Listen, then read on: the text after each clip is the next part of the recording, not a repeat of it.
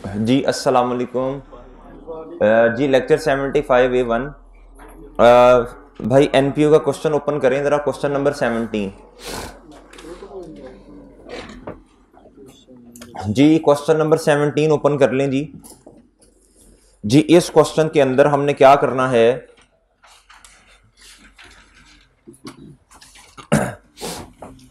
कहता है जी prepare the following using deferral method. भाई एनपीओ के ना असल में दो मेथड्स हैं, एक डेफरल है और एक दूसरा भी आपको पढ़वाता हूँ किताब से। वो इस्तेमाल नहीं होना, सही है, वो ना हमारे सिलेबस का पार्ट है। हाँ हमने जो किया बस इसी तरह ही करना है, इसी मेथड को कहते हैं। अच्छा सर, दूसरा मेथड नॉट एग्जामिनेबल है। अच्छा सर जी, इसमें क्या बनाना है, statement of income and expenditure year and देखिएगा जरा 31 दिसंबर 2021, और कहता है स्टेटमेंट ऑफ फाइनेंशियल पोजीशन बनानी है एज एट 31 दिसंबर 2021। ये जरा सी रिक्वायरमेंट मैं जरा खुद ऐड करने लगा हूं। सी रिक्वायरमेंट इसकी है नहीं, बहुत छोटा सा क्वेश्चन है 10 नंबर का। तो हाँ जब देखे ना हमने काम करना ही है तो एक रिक्वायरमेंट और कर लेते हैं, जरा प्रैक्टिस हो जाएगी कल। जी प्रैक्टिस हो जाएगी जरा। सी रिक्वायरमेंट इसको कहते हैं, page number 919, statement of changes in net asset. नहीं नहीं, इधर जो है ना वो नाम नहीं इस्तेमाल करना। इसको फंड्स क्यों लिख लेते हैं हम? जी जी फंड्स क्यों लिख लेते हैं? वो भी लिख सकते हैं, मसला नहीं है, लेकिन नेट एसेट्स का लफ्ज इस्तेमाल होता है ना। अच्छा मेरे भाई, ये क्वेश्चन बहुत क्या कहते हैं, इसमें कोई मुश्किल नहीं है इस सवाल में, अब बहुत सिंपल सा क्वेश्चन है ये, और 10 मार्क का क्वेश्चन है, लेकिन मैंने इस क्वेश्चन के अंदर नेट एसेट वाली रिक्वायरमेंट भी ऐड कर दी। ठीक है, फिर 15-16 नंबर का ये सवाल हो जाएगा। अच्छा जी आइए जी जरा पढ़ते हैं। कहता following is the trial balance of Mehtab welfare hospital. कहते जी एज ऑन 31 दिसंबर 2021। मेरे भाई ये जो आपको गिवन है ये ट्रायल बैलेंस है। क्या है ये? ट्रायल बैलेंस है जी। अच्छा सर एक दफा जरा ट्रायल बैलेंस में नजर दौड़ा लें, इसमें क्या क्या दिया हुआ है। कहता वर्क इन प्रोग्रेस है, यानी अभी बिल्डिंग जो है, ये जो हॉस्पिटल है जिसके ऊपर, जिस बिल्डिंग के ऊपर हॉस्पिटल बन रहा है, कहता है ये अभी बनी नहीं है, वर्क इन प्रोग्रेस है। अच्छा जी कैश एंड बैंक है, क्लोजिंग इन्वेंट्री। जी मेरे भाई क्लोजिंग इन्वेंट्री दी हुई है, क्या दी हुई है जी? Closing inventory. अच्छा आपको याद है मैंने किसी टाइम पे आपको 2 नोट लिखवाए थे, मैंने कहा था अगर तो ट्रायल बैलेंस के अंदर परचेजेज आ रही हूं, अगर ट्रायल बैलेंस के अंदर परचेजेज आ रही हूं, ये जब मैंने परपेचुअल पीरियोडिक सिस्टम पढ़ाया था तब शायद आपको बात बताई थी, जब ट्रायल बैलेंस के अंदर परचेजेज आ रही हूं तो भाई इसका मतलब है जो स्टॉक दिया हुआ है ट्रायल बैलेंस के अंदर, वो ओपनिंग है कि क्लोजिंग है? वो ओपनिंग है। नहीं या तो नोट लिखें दोबारा। जी जी भाई अगर ट्रायल बैलेंस के अंदर परचेजेज आ रही हैं, हुबैब साहब अगर ट्रायल बैलेंस के अंदर परचेजेज आ रही हैं वो तो ट्रायल बैलेंस में जो स्टॉक गिवन है वो ओपनिंग है। कौन सा है? ओपनिंग है। एंड अदर इंफॉर्मेशन में क्लोजिंग स्टॉक का डेटा दिया होगा जी। और क्लोजिंग स्टॉक का डेटा किधर दिया होगा भाई? अदर इंफॉर्मेशन में। ठीक है भैया, और सही है ना? और अदर इंफॉर्मेशन में क्लोजिंग स्टॉक का डेटा दिया होगा जी। दूसरी बात लिखें, अगर ट्रायल बैलेंस के अंदर कॉस्ट ऑफ सेल आ रही है, अगर ट्रायल बैलेंस के अंदर कॉस्ट ऑफ सेल आ रही है तो ये फिर परपेचुअल है ना।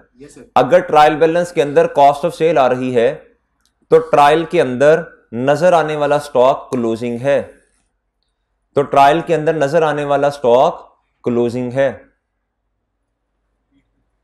अगर ट्रायल बैलेंस के अंदर कॉस्ट ऑफ सेल आ रही है तो ट्रायल बैलेंस के अंदर नजर आने वाला स्टॉक क्लोजिंग है। आगे ब्रैकेट में दोनों के बारे में लिख लें, तीसरा नोट लिखें।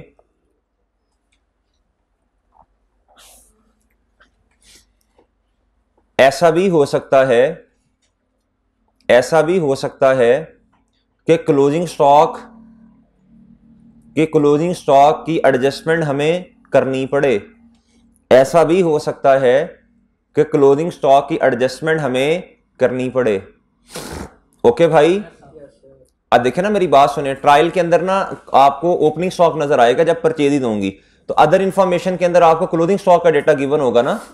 वो कह सकता है कि क्लोजिंग स्टॉक की कॉस्ट इतनी है, एनआरवी इतनी है, तो आपको पता ना फिर एडजस्टमेंट करनी पड़ सकती है आपको। दूसरी बात भाई, ट्रायल बैलेंस के अंदर कॉस्ट ऑफ सेल नजर आ रही है। जब आप चीज को बेचते हैं तो कॉस्ट ऑफ सेल नजर आएगी। क्या नजर आएगी? Cost of sale. अच्छा, अब मेरे भाई आपको कॉस्ट ऑफ सेल ट्रायल में नजर आ रही है, और अगर कॉस्ट ऑफ सेल नजर आएगी तो ट्रायल में आने वाला स्टॉक ओपनिंग होगा, क्लोजिंग होगा? क्लोजिंग होगा। लेकिन ऐसा हो सकता है ना कि अदर इंफॉर्मेशन में उसने बताया हो कि स्टॉक की एनआरवी इतनी है, भाई कोई एडजस्टमेंट हो सकती है ना भाई। सही है, बात समझे? अच्छा, एक और बात बता दीजिएगा, अगर कंपनी जो है वो चीजें बेच ना रही हो, उसके पास इन्वेंट्री कुछ पड़ी हो, और वो इन्वेंट्री इस्तेमाल करती हो अपने ऑफिस के लिए, कल मैंने इसके लिए भी एक नोट लिखवा दिया था, तो भाई फिर कॉस्ट ऑफ गुड्स सोल्ड नहीं होगा, कॉस्ट ऑफ गुड्स कंज्यूम्ड होगा। शाबाश, और वो एक्सपेंस है। अच्छा मेरी बात सुनिएगा, आंखें बंद कीजिएगा 1 मिनट।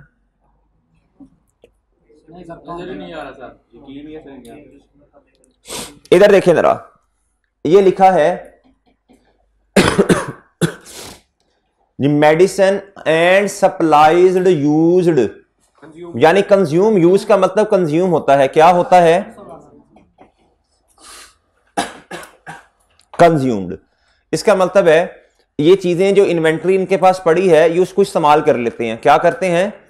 ये यूज या कंज्यूम का एक ही मतलब है ना भाई। अब मुझे बताएं, जो स्टॉक किताबों जो ट्रायल में नजर आ रहा है, वो ओपनिंग है, क्लोजिंग है? क्लोजिंग है, क्योंकि कॉस्ट ऑफ गुड्स सोल्ड होता है जब बेचना हो, और कंज्यूम्ड होता है जब खुद ही चीज को इस्तेमाल कर रहे हो। तो इधर नजर आने वाला स्टॉक ओपनिंग होगा, क्लोजिंग होगा? ये देखें, प्रूफ भी हो गया। ओके भाई, और सही है ना? स्टेशनरी की तरह ही है सर। जी जी, उसकी तरह ही होगा, ऑफिस सप्लाई कुछ इस तरह। अच्छा मेरे भाई, ये एक्सपेंस है आपका, ये क्या है? ये एक्सपेंस है। ओके, अच्छा जी, चले नहीं, क्लोजिंग इन्वेंट्री पता चल गई, कंट्रीब्यूशन रिसीव हो गया, ये सारी चीजें, other expenditure, payable, research cost, restricted fund. अच्छा, रिस्ट्रिक्टेड फंड के बारे में देखना पड़ेगा। अच्छा जी, सैलरीज होगी, टोटल हो गया। ओके मेरे भाई, अच्छा आज पता मैं आपको क्या बताना चाह रहा हूं कि पेपर में नंबर कैसे लेने हैं। ठीक है, कुछ चीजें आपको उसने खुद बताई हुई हैं, वो एज इट इज जाके आपने अपनी अपनी जगह पे लिख देनी है। ओके भाई, सही है। अब एनपीओ के सवालों की 8-10 सवाल हमने अपने हाथ से किए, अब थोड़ा सा इस तरफ आते हैं। कहता था ब्रेकअप ऑफ रिस्ट्रिक्टेड फंड। अच्छा बात सुनिएगा जरा, इधर देखें, जिसके बारे में उसने गुफ्तगू की हुई है मैं उसे भी हाथ में नहीं लगाऊंगा। बाकी जो चीजें ट्रायल के अंदर गिवन है, सही है, वो मैं इनकम एंड एक्सपेंडिचर में लिख सकता हूं और मैं बैलेंस शीट में भी लिख सकता हूं। बच्चों ठीक है, ये बात समझ आ रही? इधर देखें, ये ब्रेकअप ऑफ रिस्ट्रिक्टेड फंड दिया हुआ है। कहता है ये जो रिस्ट्रिक्टेड फंड है ना, ये वाला 180, कहता है इसका ब्रेकअप मैं आपको बताता हूं। इसका मतलब है इसको अभी नहीं छेड़ सकते, इसके अंदर 120 का कुछ और है, 60 का कुछ और है। अच्छा, इसको मैंने अभी पेंडिंग कर दिया। कहता है उसके बाद कंट्रीब्यूशन जो ऊपर आ रहा है ना, इसके अंदर 55 मिलियन शामिल है फॉर कंस्ट्रक्शन ऑफ हॉस्पिटल। ये इसमें से माइनस करना पड़ेगा। मैं इसको भी अभी कंट्रीब्यूशन को भी नहीं छेड़ रहा, ठीक है। ये कंट्रीब्यूशन में से 55 मैं अभी कंट्रीब्यूशन लिख दूंगा इनकम्स के अंदर, फिर बाद में माइनस कर लेते हैं। अच्छा, ड्यूरिंग द ईयर कहता MWH also received construction material having 65 million. उसकी फेयर वैल्यू कितनी है भैया? 65 मिलियन। ये मेरे भाई एडिशन होगी CWIP में, इसको भी बाद में देखेंगे बाद में। कहता MH हैज कंप्लीटेड, ये वो बताना चाह रहा है कि इस दिन जो है ना वो CWIP से चीजें जो है वो PP में शिफ्ट हो गई हैं, तो इससे ऑनवर्ड डेप्रिसिएशन स्टार्ट हो जाएगी और किताबों में आप PP रिकॉर्ड होगा। बाकी उसने ये बातें की। अच्छा मेरी बात सुनिएगा जरा, इधर देखो भाई, इधर देखो। अब 10 नंबर का सवाल था ये, इधर देखें जरा। जिन चीजों के बारे में उसने अदर इंफॉर्मेशन में गुफ्तगू की है, मैं उस पर क्या लगाने लगा हूं निशान। इसके बारे में की है, इसके बारे में की है जी, बात समझ आ गई आपको। बाकी सारा और सॉरी CWIP के बारे में भी की है। बाकी मेरे भाई सारी की सारी चीजें जो हैं इसके बारे में कोई गुफ्तगू नहीं की। बात समझे हैं आप? देखें, जो चीजें तो एज इट इज लिख सकते हैं मेरे भाई, वो मैं क्या कहते हैं नंबर लूंगा, और बाकी तकरीबन 5, 5.5 मार्क्स, 6 मार्क्स मेरे आ जाएंगे, बाकी 4 नंबर सॉल्व कर लेंगे अदर इंफॉर्मेशन को देख के। जी बात समझ आई आपको? जी मैं क्या बनाऊंगा, मेहताब वेलफेयर हॉस्पिटल। जी भाई ये आपने शेर लिखे हैं यार, माजरत फिर है, रेस कर रहा हूँ अभी, क्वेश्चन करवाना है। नहीं बिछड़ा भाई जिंदगी से तो नहीं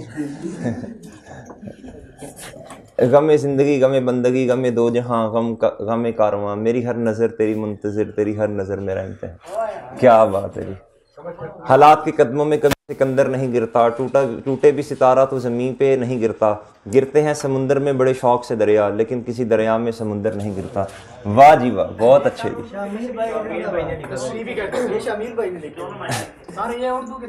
ये तुम्हें बड़े होके समझ आएगी, अभी नहीं आएगी। अच्छा जी बात सुने। अच्छा जी जज़ाकल्लाह यार, जज़ाकल्लाह। अच्छा इधर आए मेरे भाई, इधर आए जी। ये पास पेपर का सवाल है, ये क्वेश्चन नंबर कौन सा है? 17। और भाई पेज नंबर कौन सा है?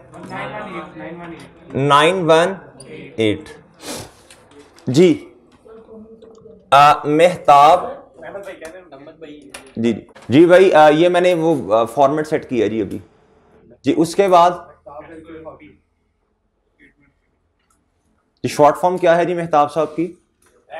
ये रिक्वायरमेंट नंबर बी है, ये रिक्वायरमेंट नंबर ए है जी। MWH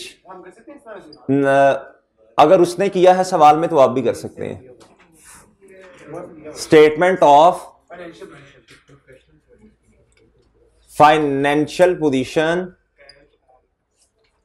ji as at 31 December 2021 जी। ओके मेरे भाई, और सही है ना?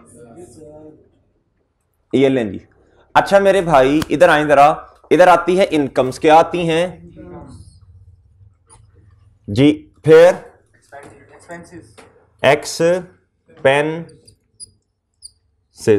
जी भाई, फिर क्या आएगा?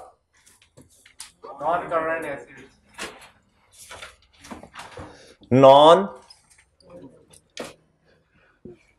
करंट एसेट्स जी। फिर क्या आएगा मेरे भाई? फिर क्या आएगा सर जी? भाई फिर आएगा सर जी फंड जी। इधर आ जाएगा जी ओपनिंग फंड जी। ये कौन से वाला होगा? जनरल होगा। लाइन छोड़ दें जरा। फिर आएगा सर जी नॉन करंट, फिर सर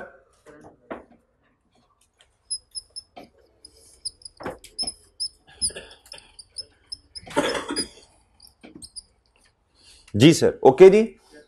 अच्छा मेरे भाई देखिएगा, CWIP कितने से आ रहा है किताबों में? CW आ रहा है ना? आ रहा है जी जी जी। Non current. अच्छा मैं इसकी वर्किंग क्या कर लूंगा? ओपनिंग फंड तो देखो क्वेश्चन के अंदर गिवन है। ओपनिंग फंड किधर गिवन है भाई? जी उसने बताया हुआ है ना, ये जनरल फंड ये वाला। अच्छा जी ये कितने जरा लिखवा दें जो क्वेश्चन में गिवन है, बोले 300। अच्छा जी। अच्छा भाई इधर देखें जरा, मैं क्या करूंगा अब? वर्किंग तो नहीं ना मैंने करनी, वर्किंग 1 ओपनिंग फंड की नहीं करनी। अच्छा मैं वर्किंग किसकी करता हूं? अभी करूंगा नहीं, मैं अकाउंट बना रहा हूं बस। CWIP ओपनिंग कितना है बोले? 332। बस इधर से आ जाएगा। 332 कहां से आ गया? 35। अच्छा जी सर। और आए जी, कैश एंड बैंक एसेट है, कोई एडजस्टमेंट नहीं बताई हुई उसने, हमने देख लिया नीचे जी। तो क्लोजिंग ही है ना? कौन सा? नहीं CWIP का क्लोजिंग नहीं है, उसने एडजस्टमेंट्स नीचे बताई हुई है। अच्छा जी कैश एंड बैंक मेरे भाई, कैश इधर नीचे आके जरा, कैश एट एंड बैंक नहीं, कैश पड़ा जो बैंक के अंदर कितने का? 60 का। ये वाला काम कर लिया भाई। क्लोजिंग इन्वेंट्री क्या होती है भाई? इन्वेंट्री क्या होती है? करंट एसेट कितने का? 14 का। नीचे एडजस्टमेंट्स आ रही हैं उसकी, एडजस्ट करते हैं तो नीचे ले आते हैं, वही वाला है सर। जी ये वही है ना, आप इसे आपकी बिल्डिंग कंप्लीट हो रही है तो एंड पे आके CWIP 0 ही हो जाएगा ना, इसका मतलब है ड्यूरिंग द ईयर एडजस्टमेंट है ना इसमें। अच्छा जी भाईजान, उसके बाद है जी कंट्रीब्यूशन रिसीव्ड। कंट्रीब्यूशन इधर आएगा। कंट्रीब्यूशन का मतलब मैंने आपको बताया था क्या होता है, डोनेशन होता है। क्या होता है? कितने की है? इसके अंदर एडजस्टमेंट है, मैंने स्टार लगा दी है 200। अभी कुछ नहीं कर रहे, एडजस्टमेंट्स पढ़ेंगे फिर जनरल एंट्री करेंगे जी। जनरल फंड हमने लिख दिया। मेडिकल इक्विपमेंट, मेडिकल इक्विपमेंट, इन्ना लिल्लाहि व इन्ना इलैहि। Medical equipment, equipment non current asset, non current है। वर्किंग 2,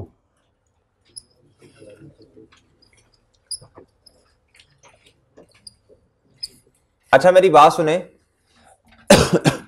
ये मेडिकल इक्विपमेंट है जी 320 इसकी कॉस्ट है, और ये क्रेडिट साइड पे क्या आ रहा है बताएं जी, ये क्या आ रहा है?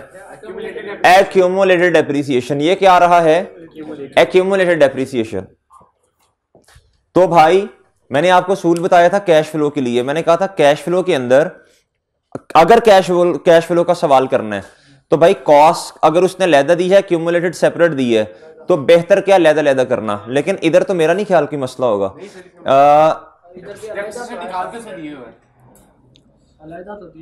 जी उसने कहा है depreciation is to be charged, depreciation अभी चार्ज होनी है, अभी होनी है जी। लैदा लैदा कर लेते हैं, कोई मसला नहीं। वैसे उस पर रिड्यूसिंग बैलेंस मेथड है, इकट्ठा भी हो सकता है। चले खैर, ये कॉस्ट है और ये क्या है भाई? वर्किंग 2.1। ये क्या है? एक्यूमुलेटेड डेप्रीसिएशन इसकी। ठीक है भाई खैर उसका फायदा नहीं है लैदा का, चलो बहरहाल। अच्छा जी, मेडिसिन एंड सप्लाईज यूज्ड, ये क्या होता है?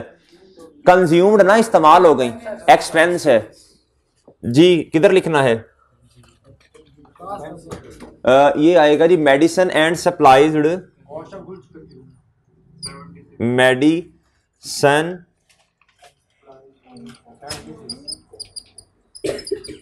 कितने से? 76 से जी सर।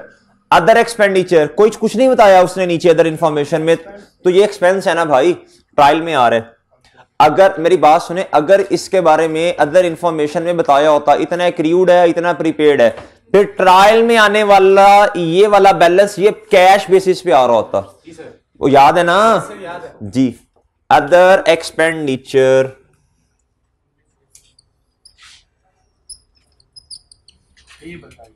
जी, अदर एक्सपेंडिचर कितना सर?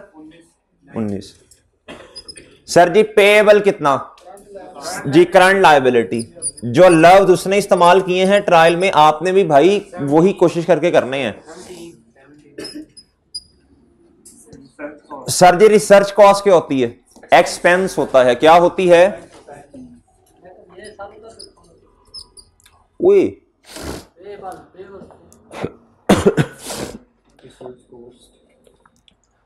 माजरत यार, ये रिसर्च फंड के नाम से एक फंड आ रहा है, ये इधर नहीं लिखना। ये माजरत थोड़ी गलती हो गई। देखें, रिसर्च फंड एक फंड है, सही है, तो इसको फिर उस फंड में लेके जाना है ना, ये इस खर्चे को उधर लेके जाना है। ठीक है, अच्छा जी। अच्छा मेरे भाई, रेस्ट्रिक्टेड फंड हमने लिख लिया। सैलरीज कितनी है जी? सैलरीज कितनी है? अभी पढ़वा देता हूं, ये रिसर्च कॉस्ट क्या है जी। सैलरीज कितनी है? 50। ये रिसर्च इधर से रेस करते हैं। अच्छा देखें जी, अभी सिर्फ ट्रायल को देखा और हमने काफी ज्यादा चीजें जो हैं वो लिख ली हैं, पॉइंट तकरीबन 4 साढ़े 4 नंबर आगे। ठीक है सर, सही है ना? अच्छा 10 में से देखें कितने टाइम में आ गए हैं। अब ये नंबर लेने की टेक्निक्स होती हैं, क्या होती हैं? अच्छा जी, नेट एसेट भी बना रहा हूं, वो भी बना रहा हूं। अच्छा जी, नेट एसेट्स भी अभी बना रहे हैं। अच्छा सर, अब नीचे आए, अब गुफ्तगू किसकी है? कहता था breakup of restricted fund balances is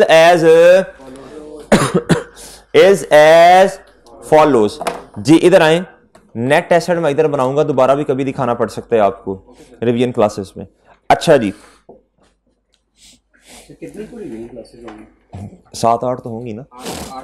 अच्छा जी, इधर आए जरा, ये बनेगा जी स्टेटमेंट ऑफ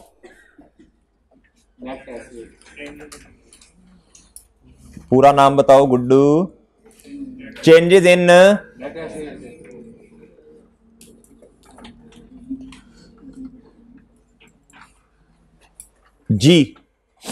जी मेरी बात सुने भाई, इधर आए जरा। सबसे पहले इधर आता है ओपनिंग बैलेंस, क्या आएगा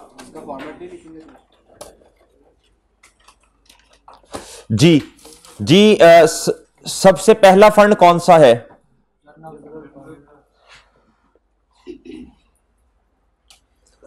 जनरल फंड है जी सबसे पहला, उसको ओपनिंग बैलेंस बता दो यार।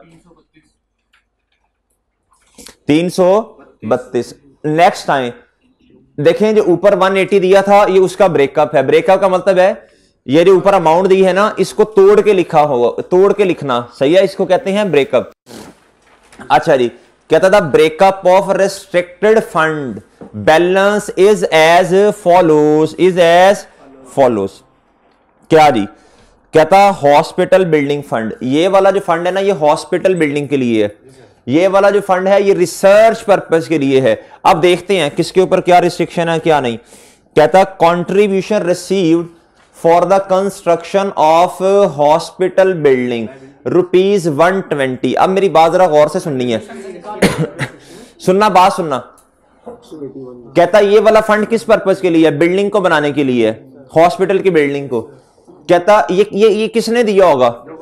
ये किसने? डोनर ने, बाहर से किसी बंदे ने दिया। और उसने साथ, देखो इनहेरेंट मतलब है, इनहेरेंट का मतलब छुपी हुई बात है। ये क्यों दिया, क्यों लिखा हुआ नाम इसका? लेकिन ये स्पेसिफिक है, एक्सटर्नल बंदे ने दिया, एक्सटर्नली रेस्ट्रिक्टेड है।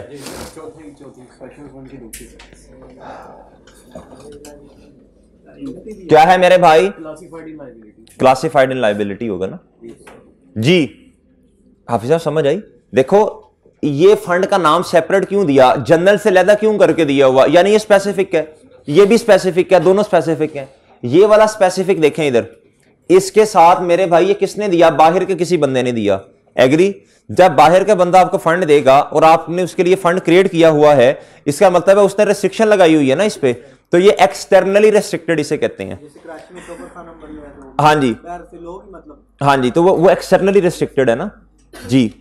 अच्छा मेरे भाई मुझे बताएं, कल मैंने समझाया था एक्सटर्नली रेस्ट्रिक्टेड को किधर क्लासिफाई करते हो? लायबिलिटीज में। किधर सर? जी लायबिलिटी।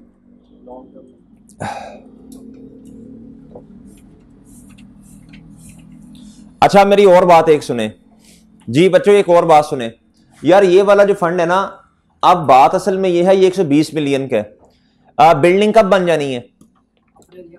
ये 1 अप्रैल को। कब? इसका मतलब है इस पे 9 महीने की डेप्रिसिएशन चार्ज होनी है। आप इस फंड को, ये वाला फंड जो है ये इधर आए, इधर किधर गया? 180। ये ओपनिंग पे बैलेंस दिया हुआ है। किस पे बैलेंस दिया है? 180 का बैलेंस ओपनिंग पे दिया हुआ है। कैसे दिया है जी? ओपनिंग बैलेंस है ये मेरे भाई।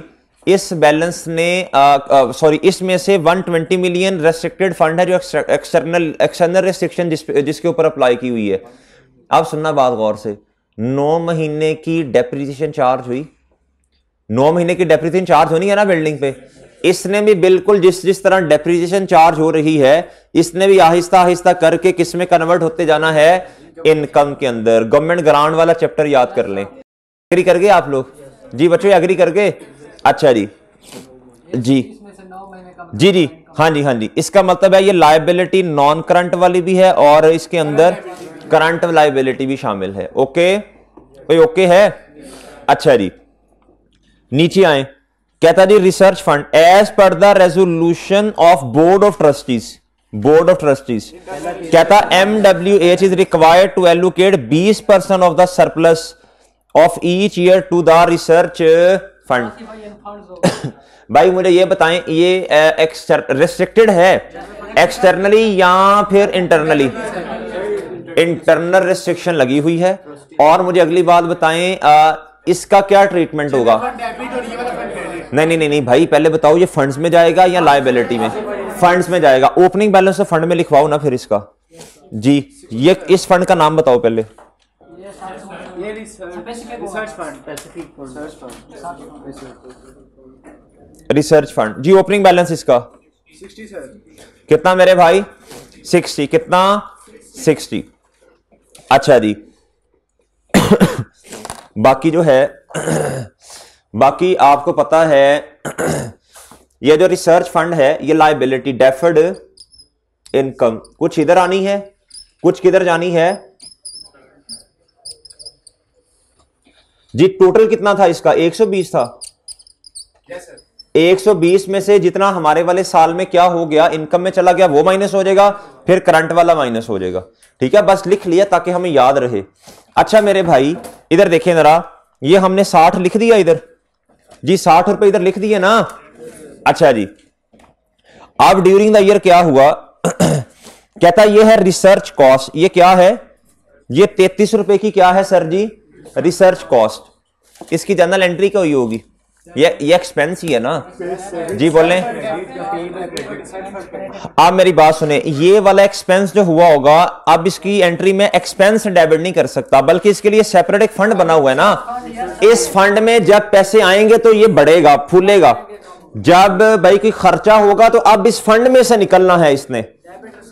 शाबाश, इसकी एंट्री करें, research fund debit cash credit जी। ये तो हमने लिख दिया मेरे भाई ओपनिंग बैलेंस। क्या लिख दिया?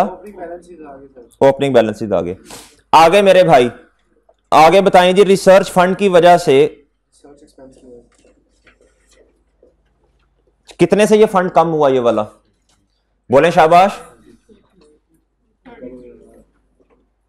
इसकी एंट्री कर लें भाई। देखें नॉर्मल एंट्री क्या होती है रिसर्च की? Research expense debit, research cost debit, cash credit. इधर आपने सेपरेट फंड बनाया हुआ है, तो भाई अब फंड क्या हो जाएगा? डेबिट। जब इससे खर्चा होगा तो अब इस फंड से खर्चा होगा ना, जब पैसे आएंगे तो ये फंड बढ़ेगा। बात समझे भाई? अच्छा जी। एक बात और कही है उसने, एक बात और कही है, कहता 20% जो सरप्लस आएगा ना उधर से, वो आपने किधर ट्रांसफर करना है? जनरल फंड से इसके अंदर इधर से निकल के इधर चला जाएगा जी। शाबाश। अगली बात मेरे भाई, कहता contribution received include 55 million received for construction of hospital. अब मेरी बात सुनना जरा भाई, अभी ना अभी ये हॉस्पिटल बना नहीं है, अभी CWIP है। एंट्री बताओ जी। बोले शाबाश जी। CWIP डेबिट और कंट्रीब्यूशन, ये कंट्रीब्यूशन रिसीव हुआ ना, तो आपने एंट्री पहले क्या किया? Cash debit, contribution credit. Fund में ही चल जाएगा जो कंस्ट्रक्शन ऑफ हॉस्पिटल वाला फंड था। जी वही है, वो CWIP है ना अभी फिलहाल तो। अच्छा जी, तो CWIP बढ़ रही है, फल रही है, फूल रही है ना, वो तो लायबिलिटी है। अच्छा जी भाई, जब कंप्लीट होगी तो PP में लेके जाऊंगा ना। CWIP डेबिट और ये वाला फंड क्रेडिट होगा ना भाई कंट्रीब्यूशन क्रेडिट, कंट्रीब्यूशन डेबिट और क्या, सॉरी माजरत, CWIP डेबिट होगी 55 मिलियन से आपकी। ठीक है सर। अच्छा जी, कहता कंट्रीब्यूशन रिसीव्ड इंक्लूड 55 मिलियन। कहता जो कंट्रीब्यूशन है ना उसके अंदर कितनी अमाउंट शामिल है? 55 मिलियन। कहता ये रिसीव हुई है आपको कंस्ट्रक्शन ऑफ हॉस्पिटल। बात समझे भाई? अच्छा जी, अब क्या करना है हमने जी? बोले शाबाश जी। सीड, आपको जो पैसे रिसीव हुए वो असल में किस पर्पस के लिए रिसीव हुए हैं जी? CWIP के लिए। अच्छा अब क्या करना है जी, और किधर ऐड करें? अच्छा भाई इधर रेफरेंस लिख दें, एडिशन लिख रहा हूं बस। कंट्रीब्यूशन लेस क्यों कर रहे हैं भाई उसके अंदर इंक्लूड है ना, वो क्रेडिट हुआ था तो इंक्लूड हुआ था ना। हाँ जी ठीक है, इंक्लूड हुआ था ना, तो क्रेडिट क्या होगा वरना होता? एक minute. Contribution received include 55 million received for construction of hospital. जी ये इसके अंदर शामिल है तो निकालना पड़ेगा यार। निकालेंगे क्यों? क्रेडिट हुआ था तो निकालेंगे क्यों सर? मेरे ख्याल से फंड में डालेंगे। ये कंट्रीब्यूशन डेबिट होगी, फंड क्रेडिट होगा। जब स्टार्ट में आया होगा, हमने जनरल एंट्री समझते हैं बात, हमने एंट्री की होगी मेरे भाई कैश डेबिट और मेरे भाई 55 मिलियन से क्रेडिट हो जाएगा हमारा, असल में तो होना चाहिए था फंड, ये होना चाहिए था जी असल में ये था। ठीक है भाई, ये वाला जो फंड बनाया हुआ है ना हमने, ये होना चाहिए था, लेकिन अब हुआ क्या, उस फंड को हमने क्रेडिट नहीं किया, ठीक है जी, कंट्रीब्यूशन को किया, तो कंट्रीब्यूशन को क्या करना पड़ेगा, डेबिट करना पड़ेगा। अच्छा जी, इसकी एंड पे मैं आपको एक समरी भी बनवा देता हूं आज। एक लोन की रीपेमेंट, हमें कोई बंदा लोन दे देता है, सही है, और उसके लिए पास में हमने एक्सपेंस कर लिया होता है, सही है, या फिर अभी हमने फ्यूचर में एक्सपेंस करना होता है, इसकी भी समरीज बनवानी है, बना देता हूं इंशाल्लाह। अच्छा जी, अभी फिलहाल इस तरह कर लें, फिलहाल CWIP में से ऐड कर लें, ठीक है, फिलहाल के लिए जी। नेट चेंजेस में तो मरे, ये जो है हॉस्पिटल वाला, ये वो उसमें नहीं आएगा। आगे आए जी, कहता है ड्यूरिंग द ईयर, इसको देख लेता हूं, इस पॉइंट को भी देख के बताता हूं आपको। कहता है ड्यूरिंग द ईयर MWH ने ऑल्सो रिसीव किया कंस्ट्रक्शन मटेरियल जिसकी फेयर वैल्यू है 65 मिलियन, कहता फॉर द हॉस्पिटल बिल्डिंग, कहता which has not been record, कहता ये किताबों के अंदर रिकॉर्ड नहीं की, किताबों के अंदर रिकॉर्ड नहीं की। एंट्री बताइएगा 65 मिलियन की जी। CWIP आपका क्या हो जाएगा, डेबिट हो जाएगा, क्या हो जाएगा भैया, डेबिट, और आपका क्या क्रेडिट हो जाएगा, फंड जी। CWIP को क्या कर दें जी, ये आपने करना है कंस्ट्रक्शन मटेरियल, कंस्ट्रक्शन मटेरियल जो है इसकी ये फेयर वैल्यू से होगा डेबिट, किससे डेबिट होगा भाई, फेयर वैल्यू से। 65 मिलियन जी करें जी, 65 मिलियन CWIP के अंदर जी, हाँ जी, इसको एडिशन का नाम दे रहा हूं बस मैं जी जी। तो ये 55 मिले थे, ये तो नहीं कहा कि उसको लगा दिया CWIP के अंदर, नहीं नहीं भाई, इससे आपका CWIP बढ़ेगा और क्या बढ़ेगा। अभी तो हमारे पास आए हैं, अभी हम लगाएंगे तो वो बढ़ेगा ना, लगा रहा है ना। Received for construction of hospital, तो जारी सी बात है, लग ही गए ना, सिंपल सी बात है, लग ही गए ना गुड्डू। अच्छा जी,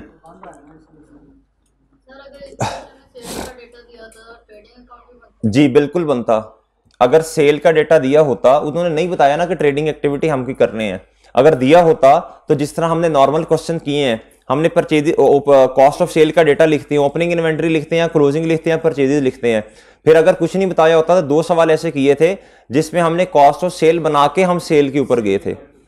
अच्छा जी, कहता उसके बाद क्या हुआ, कहता MWH has completed the construction of hospital building, कहता ये क्या कंप्लीट कर ली हमने, हॉस्पिटल बिल्डिंग क्या कर ली, कंप्लीट कर ली। कहता ऑन 1 अप्रैल 2021। सर कितने महीने की डेप्रिसिएशन चार्ज होनी है, 9 महीने की जी। हमारे साल का आगाज कब है, और इधर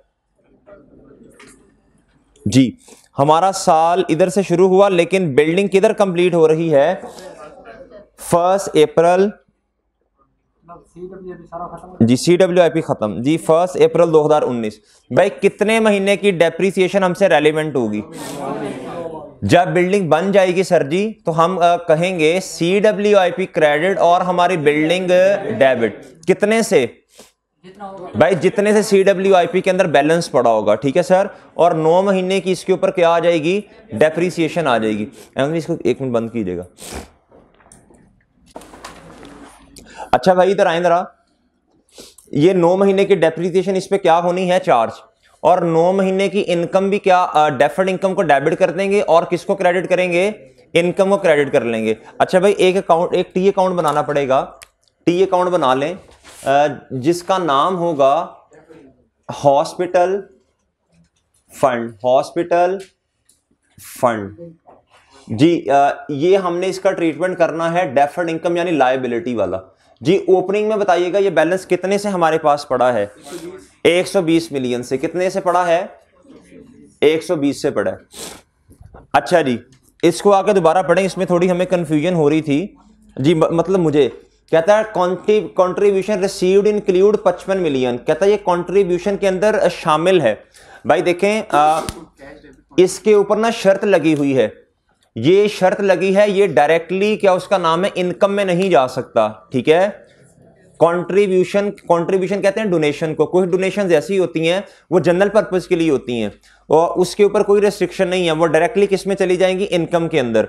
लेकिन इस कंट्रीब्यूशन के अंदर क्या लगा हुआ है भैया, शर्त लगी है। क्या लगी है, शर्त। तो इसकी एंट्री होगी मेरे भाई हमने एंट्री की क्या होगी, कैश डेबिट जी, इधर की थी अभी जी, कैश डेबिट मेरे भाई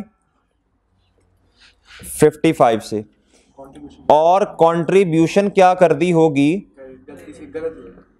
ये सही नहीं है, ये सही नहीं है। असल में होना क्या चाहिए था, कैश डेबिट और ये वाला फंड। अच्छा अब क्या करें, देखिए कैश तो अब दोबारा नहीं ना होगा, अब करेंगे कंट्रीब्यूशन और ये हॉस्पिटल फंड, हॉस्पिटल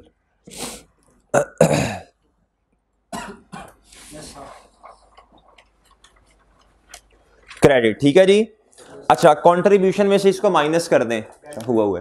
अच्छा जी ये गलत है, ये नहीं सही, ये गलत हो गया भाई जी। किसको क्रेडिट करना है, ये तो दोनों डेबिट हो जाएंगे ना जी। कंट्रीब्यूशन डेबिट हो गया और ये वाला फंड क्या हो गया, क्रेडिट। कितने से बोलें भाई, रेफरेंस लिख दें कंट्री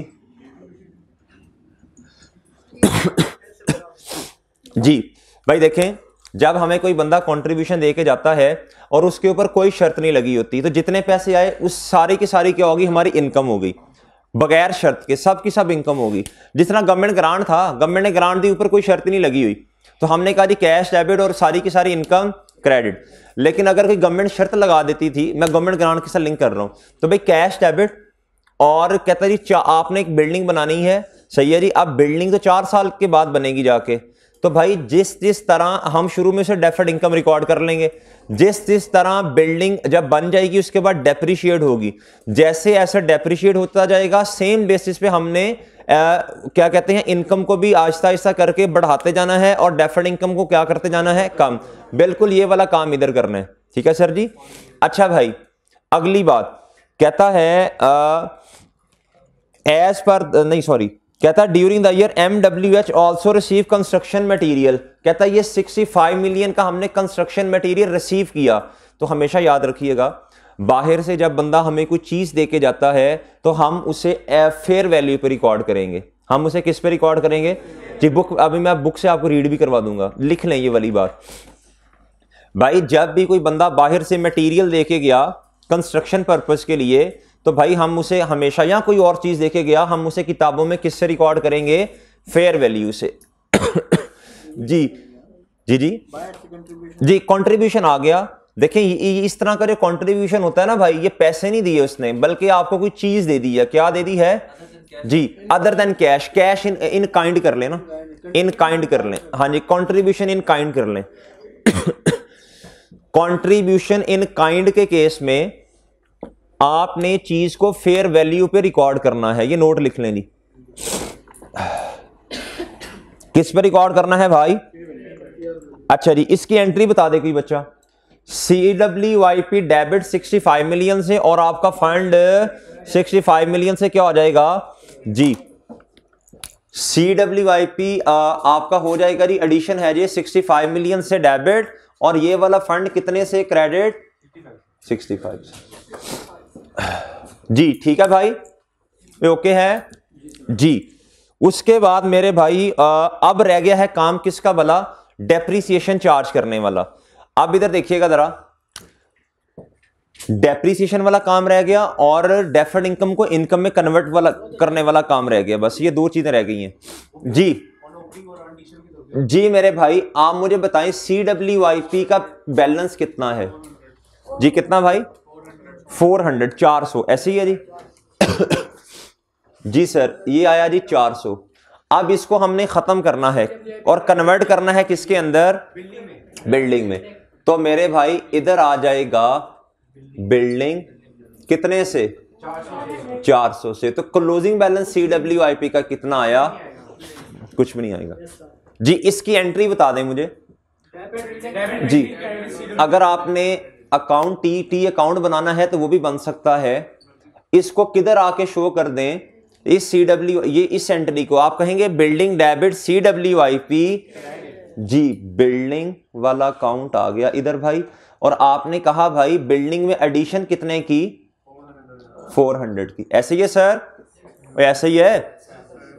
जब पहली दफा हमारे पास बिल्डिंग आ रही है तो भाई आज तो क्यूमुलेटिव डेप्रिसिएशन होगी नहीं ना, तो सिंपल बात है मैं इसको जरा फिर डेप्रिसिएशन इधर ही लिख दूं, बुक वैल्यू पे कर दूं इसे।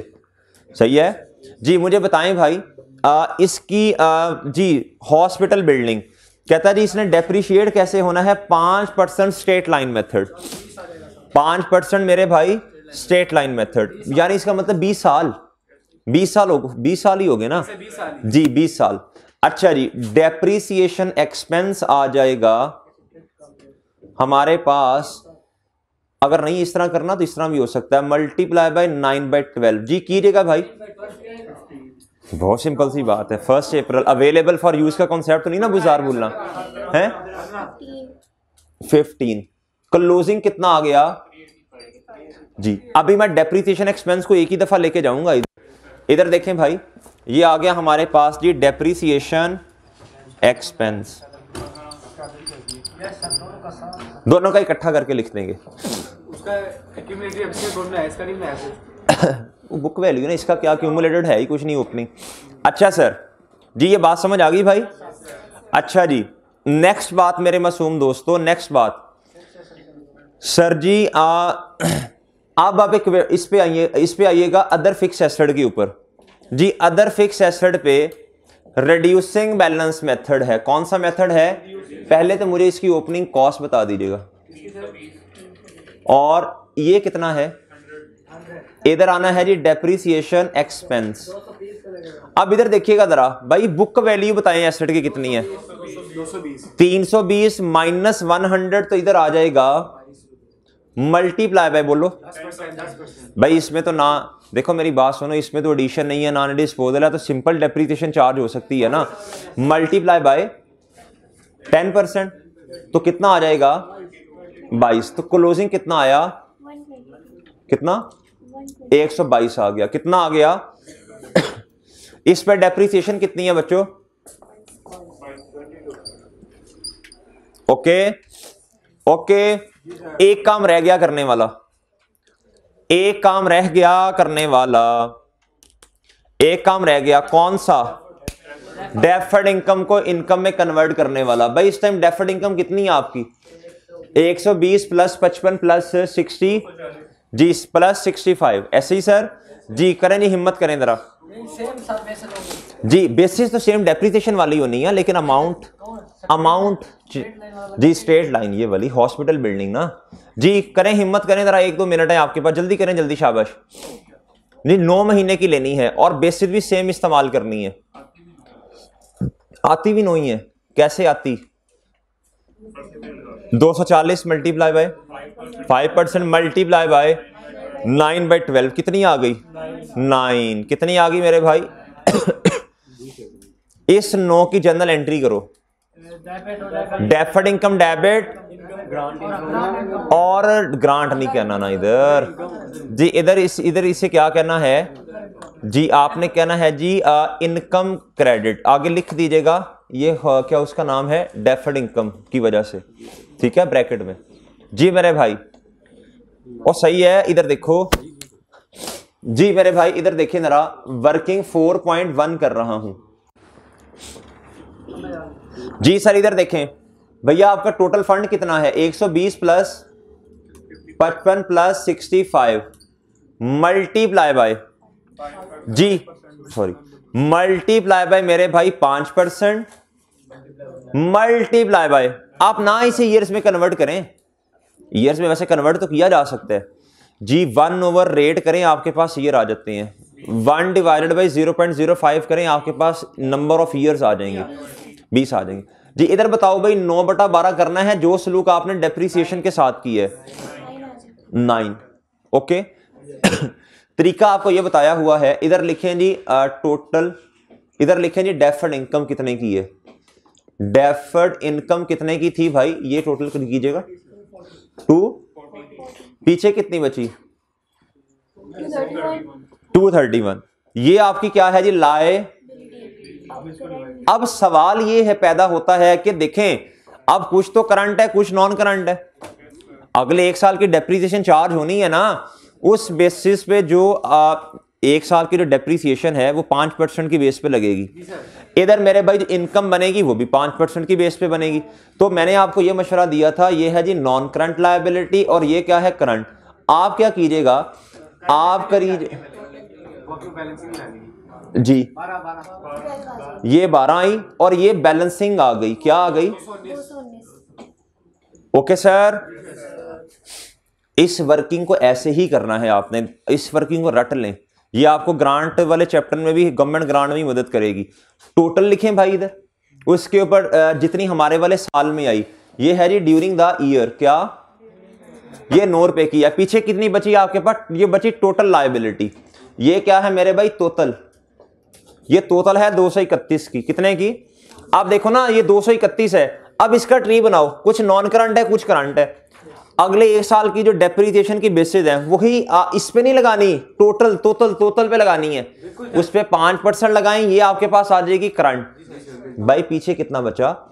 तो इस तरह गलती के चांसेस नहीं है। जब इसको तोड़ देंगे ना, इसको तोड़ देंगे तो आप गलती नहीं करेंगे। ठीक है सर?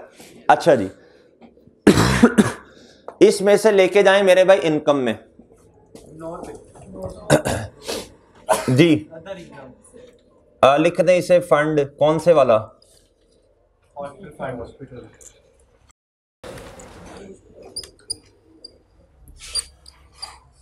कितने से भैया जी? और मुझे बताएं करंट और नॉन करंट में कितना जाएगा? जी करंट में जाएगा 12। भाईजान वर्किंग का रेफरेंस तो लाजमी है जी मेरे मासूम दोस्तों। और क्या लाजमी है? और क्या लाजमी है? नॉन इधर जाएगा, छोड़ें इधर इसको, नहीं नहीं करने की जरूरत नहीं, उधर काम कर दिया होगा ना। 219। Okay sir? अच्छा, अब मेरा ख्याल है हमने सारे काम तो कर दिए। अब सरप्लस निकल सकता है, सरप्लस निकल सकता है भाई जी। इसको पहले बता दीजिएगा ये क्या है? यार ये एक दफा मेरे भाई सही करके बताना, रेस ना करवाना बाद में। 200 कितना हो गया ये? इस डिब्बे का टोटल बताओ जी, सरप्लस बताओ हैं? 50 या चन्न मासूम दोस्त, ये क्या है? सरप्लस। ये क्या है? सरप्लस। मेरी बात सुने जरा, इधर मेरी तरफ मुतवज्जे हो। ये रिक्वायरमेंट तो एडिशनल है जो मैं उधर बना रहा हूं। ये रिक्वायरमेंट क्या है? एडिशनल रिक्वायरमेंट है जो मैं बना रहा हूं। ऐसे समझ रहे हैं बात मेरी? अच्छा जी, ये रिक्वायरमेंट एडिशनल है। मैं आपको दोनों तरह से करके दिखाता हूं। ये आपने ओपनिंग फंड लिखा, लिखा ओपनिंग फंड, इसके अंदर लिखिए जी सरप्लस 50 का। एग्री कर गए आप? एग्री कर गए? और सही है। अच्छा जी जी, 1 मिनट बच्चे, ये तो हमने सारा उधर कर दिया ना ये अकाउंट से। अच्छा जी, ये हो गया जी हमारे पास, ये वाला सरप्लस आ गया। अब रिसर्च कॉस्ट कितनी थी? 33 जी। ये फंड हमारे पास 60 रुपए का था। कितने का था? 60 रुपए का था। मैं आपको ये नहीं नहीं नहीं, ये फंड ब्रेकअप इसका 60 था। मैंने तो नेट एसेट से सवाल को सॉल्व किया ना, उधर तो आप कर लेंगे, मसला नहीं है। मैं कह रहा हूं अगर नेट एसेट ना बनाते तो फिर हम इसका भी टी काउंट बना रहे होते कोई ना कोई। इस फंड का हम क्या बना रहे होते? रिसर्च कॉस्ट वाले का टी काउंट। इसका ओपनिंग कितना था? 60। दोनों तरह से क्वेश्चन सॉल्व करना आना चाहिए भाईजान। 33 से क्या हो गया? आपकी रिसर्च कॉस्ट होगी ना जी, कैश हो गया होगा जी मेरे भाई। अब मुझे बताएं जरा, 10 रुपए सॉरी कहता 20% ट्रांसफर करना है, तो 50 का 20 कितना होता है? 10। 50 का 20 क्या होता है? 10। इधर देखें जरा, इधर देखें, ये सरप्लस क्या हो जाएगा? Transfer of surplus. क्या जी? 50 मल्टीप्लाई बाय 20% कितना? ये हो गया मेरे भाई कम। और ये वाला फंड क्या हो गया? ये 10 से बढ़ जाएगा। और इधर लिखें जी ट्रांसफर। क्या? ठीक है, नो डाउट। मैं कह रहा हूं अगर वो रिक्वायरमेंट ना होते फिर तो हम वो ना बनाते। ठीक है, तो आपको तो दोनों तरह से, वो तो इजाफी काम कर रहे हैं, उधर भी बना के दिखाता हूं, वो तो इजाफी काम है। ठीक है भाई। अच्छा जी, अगर आप इस तरह कंफर्टेबल नहीं है, फिर आपको इस तरह का जो सवाल आएगा आप फिर वो वाला बना लिया करें। दोनों तरह से आपको काम करना आना चाहिए। अच्छा मेरे भाई, अब मुझे बताइए, हमने ट्रांसफर कर दिया जी, अब मुझे इसका क्लोजिंग बैलेंस बता सकते हैं आप? हैं? आ गया 37 जी। आप मुझे बताइए इस फंड का नाम क्या है? ये नीचे करके लिखते हैं भाई, याद रखना, ये काम करके जो एडिशनल फंड होगा ना, जो इधर आना है, उसको 1-2 लाइन छोड़ के नीचे लिखना है। सही है जी। ये वाला फंड है कौन सा? रिसर्च। कितना बैलेंस आया? 37। अब वो नोट निकाल लें जो मैंने आपको लिखवाया था। जब एक से ज्यादा फंड होंगे तो पहले आप ओपनिंग फंड जनरल वाला निकाल लेंगे, उसके अंदर सरप्लस को ऐड करेंगे और चुप करके बाकी दूसरा जो फंड होगा उसका क्लोजिंग लिख देंगे। वो नोट प्रूव हो गया इधर से भाई, वो नोट प्रूव हो गया ना। मैंने नोट ये लिखवाया था, अगर आपको कभी ओपनिंग फंड कैलकुलेट करना पड़ता तो आप क्या करते मेरे मासूम दोस्तों?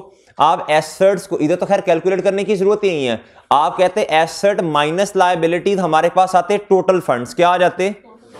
उस टोटल फंड में से इसका ओपनिंग माइनस करते 60 रुपए। ऐसे ही है सर? सही है ना? ये 60 माइनस कर देते और चुप करके इधर आके क्या लिख देते? ओपनिंग फंड, और इसमें सरप्लस ऐड करते और इसका क्लोजिंग लिख देते। एग्री? और एग्री चांद जी? इधर आओ जरा, अब आप इधर आओ, इधर आए इधर आ। और जी इसमें कैसे कैलकुलेशन होनी है? जी सर इसमें कैसे कैलकुलेशन होनी है?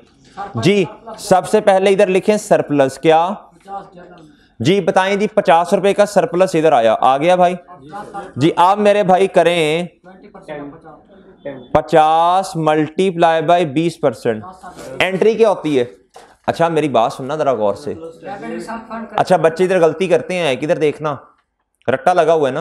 वो कहते हैं जी, वो कहते हैं नहीं जनरल फंड टोटल का 20% ट्रांसफर कर देंगे। यार ऐसे नहीं, ये गलत बात है, ये गलत बात है जी। 10 ये और ये 10 से क्या हो जाएगा? बढ़ जाएगा जी। इसका बैलेंस बता दें। 37 है इसका, तो 37 इसका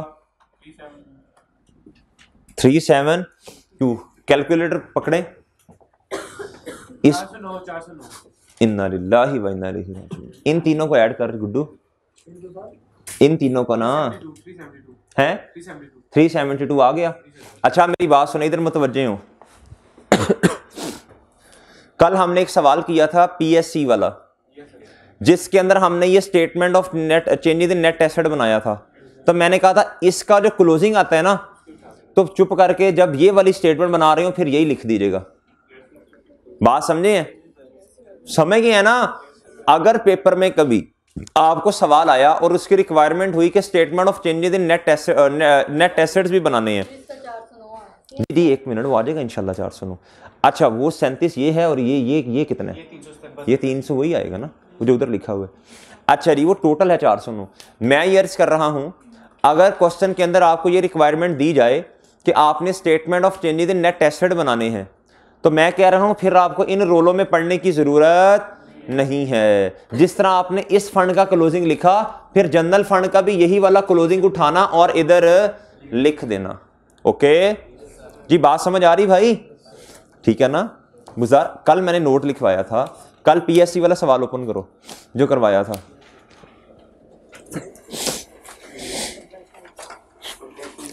नहीं जिसमें जिधर सॉल्व किया था वो करो ओपन।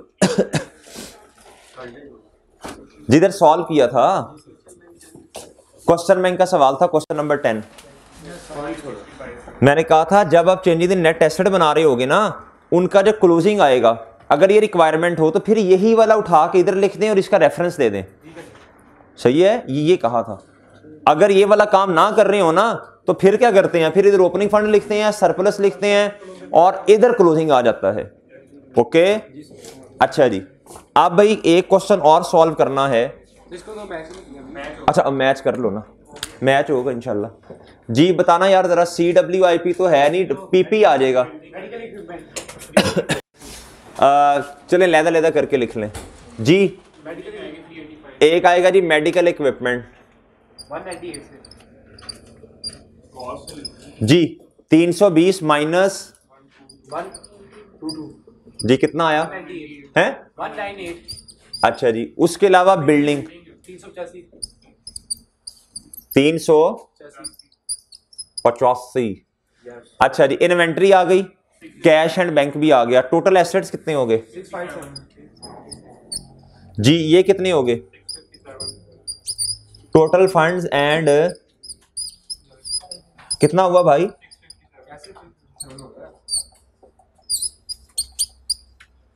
कैसे हो गया? ऐसे ही हुआ जैसे होना था। 409 जमा 219 ऐसे ही बढ़ जाता है। अच्छा ठीक है हो गई सर। अच्छा री शहरी, अच्छा भाई अब एक क्वेश्चन कर। हाँ हा क्वेश्चन नंबर 15 फेवरेट सवाल है जी मेरा। क्वेश्चन नंबर 15 है जी फेवरेट सवाल अपना। कौन सा? अजीब सा सवाल नहीं है फेवरेट सवाल है भाईजान, सबसे ज्यादा इंटरेस्टिंग सवाल ये है। ओपनिंग क्लोजिंग यार थोड़ा आपने 4-5 मिनट सोचना है इंशाल्लाह। पहले सवाल को समझे, सवाल को समझे क्या कहना चाह रहा है। इंशाल्लाह खुद कर लेंगे सब कुछ। इधर देखें जरा, ओपनिंग क्लोजिंग लिखेंगे फिर इधर देखें, इस सवाल में आए और क्वेश्चन नंबर 15 की रिक्वायरमेंट पढ़े। कहता डिटरमिन करें the missing information as indicated by capital alphabets. कहता है इस सवाल में आपने पता है काम क्या करना है? कहता है जो मिसिंग इंफॉर्मेशन है ना वो फाइंड करनी है आपने। ओहो हो। इधर देखो जरा, पहले मेरी बात सुन लो। ये आपको उसने दी हुई है बैलेंस शीट, ये उसने दी है बैलेंस शीट, ये उसने दिया इनकम एंड एक्सपेंडिचर अकाउंट, ये उसने दिया रसीद एंड पेमेंट, सारा कुछ उसने खुद दिया हुआ है। सिर्फ उसने स्टाइल चेंज किया था इस सवाल का। मेरी एक बात सुने, अगर बात सुने बात, आपके पास किसी भी लायबिलिटी का ओपनिंग क्लोजिंग हो, इंटरेस्ट एक्सपेंस है फॉर एग्जांपल, और उसका एक्सपेंस इनकम एंड एक्सपेंडिचर में उसका एक्सपेंस दिया हुआ है, तो कैश नहीं निकल सकता। अगर उसने ओपनिंग एंड क्लोजिंग दिया हुआ है और जी कैश एंड पेमेंट अकाउंट के अंदर उसकी पेमेंट दी है, तो एक्सपेंस नहीं निकल सकता। हाँ, ये क्वेश्चन ऐसे सॉल्व होना था यार, यकीन करें ये क्वेश्चन इंटरेस्टिंग है जी। इधर आए जरा, मैं ना जरा आपको 5 से 7 मिनट देता हूं इस सवाल से लड़ें। मैं आपको तकरीबन देखें, एज्यूम करें कि ये क्वेश्चन जो है ना, नहीं थोड़ा बहुत करें, थोड़ा बहुत इस क्वेश्चन को हिम्मत करें, हिम्मत। देखें नहीं, मैं 10:45 मिनट्स हुए, मैं आपको 7-8 मिनट देता हूं। थोड़ा थोड़ा सोचें, थोड़ा सोचें, थोड़ा सोचें। इधर देखें, ओपनिंग फंड उसने अगले साल का नहीं दिया। अगर मैं पिछले साल का ओपनिंग फंड निकाल लूं तो बात बन सकती है। पिछले साल का क्लोजिंग फंड अगले साल का ओपनिंग होगा। लेकिन मसला ये है ओपनिंग फंड तो तब आता है ना जब हमारे पास सारे एसेट्स और सारी लायबिलिटीज हों। इधर देखें, ये एसेट्स तो हमारे पास सारे हैं पिछले साल के जी। एसेट्स तो हमारे पास सारे, भाई ये पिछले साल का है ना ओपनिंग जी, हमारे वाले साल का ओपनिंग नहीं है ना, यानी पिछले साल का क्लोजिंग नहीं है। ये कैसे आता है? टोटल एसेट्स, इसमें से माइनस कर दे टोटल लायबिलिटीज। आ सकता है भाई? इससे आएगा टोटल फंड्स आएंगे, अभी ना बोलना, 1 मिनट। अच्छा, इससे आ जाएगा आपका मेरे भाई total asset minus total liabilities करने से टोटल फंड आएगा। ऐसे ही सर? अच्छा, अब लेकिन वो तो लायबिलिटी एक मिसिंग है इधर। इसका मतलब है पहले पिछले साल का ओपनिंग फाइंड करना है। ये इंशाल्लाह टी काउंट बना के कर लेंगे आप लोग। जब ये कर लेंगे आप लोग तो उसके बाद आपके पास टोटल फंड आ जाएगा।